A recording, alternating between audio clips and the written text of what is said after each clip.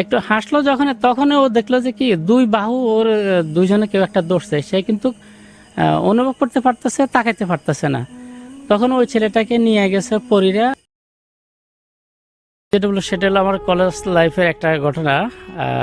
যদিও আরেকজনের, যেটা আমি চোখে দেখেছি, সেটা হলো আমাদের লক্ষ্মীপুর সদরে আমার যখন ইন্টার পরীক্ষা দিই, তখন আমরা চারজনে একটা রুমে ছিলাম।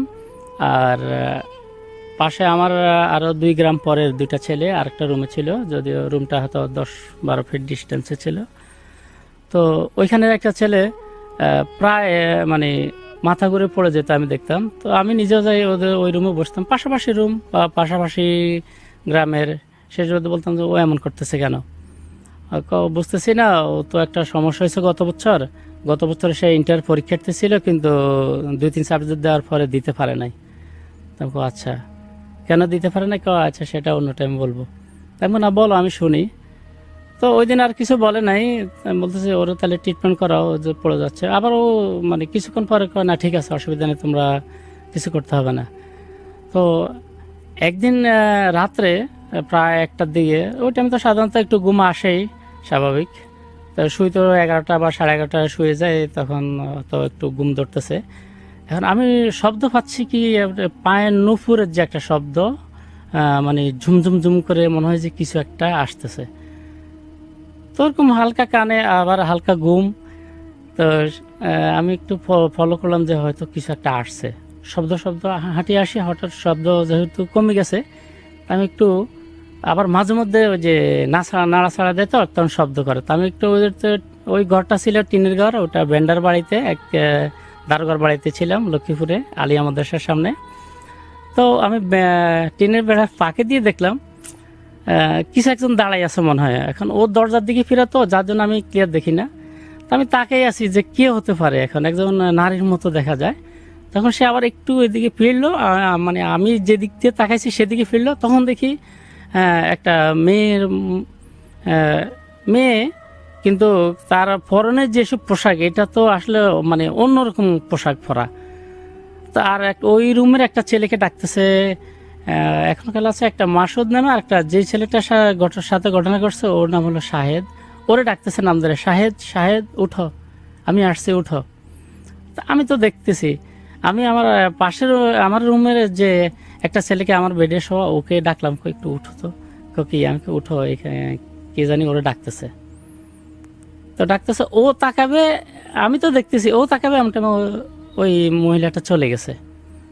তো পরের দিন সকালে আমি বললাম ওদেরকে যে যখন ওরা উঠলো, আমি বললাম তোমাদের এখানে রাত্রে বেলা কে আসছে, কই না তো, তবে কেউ ডাকছে এটা শুনছি। আমি ওই যে মাসুদ নামের ছেলেটা, আমি ওরে ডাকছে, ও শাহেদ নাম ধরে, তা তোমরা শুনে না? আমিও নাম শুনে, কেউ একজন ডাকতেছে শুনতেছি। আমি আসলে এই টাইমে একজন নারী একজনকে ডাকা, তখন এক একজন এক একটা ভাববে যে আসলে, আমি প্রথম ভাবছি যে কিরে ওদের রুমে ওদেরকে একজন মহিলা বা একটা মেয়ে ডাকতেছে, এটা কি হতে পারে।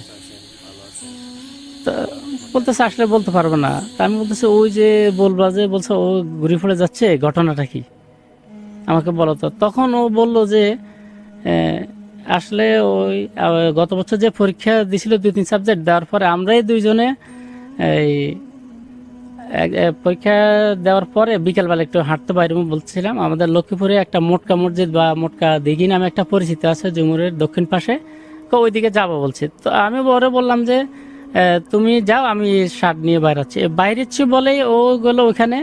তো পরে ওরা যেটা বলছে সেটা শুনছি যে ওই দিঘির কর্নার পর্যন্ত গেছে, আর ওই ছেলেটা, যে ছেলেটাকে নিয়ে গেছে, যে ছেলেটাকে ডাকছে শাহেদ, ওই ছেলেটা দক্ষিণ দিক থেকে দেখতেছে 2টা মেয়ে আসতেছে। তো একটা সাধারণত একটা পুরুষ একটা মেয়ে দেখলে হয়তো একটু হাসি আসতে পারে, তো একটু হাসলো।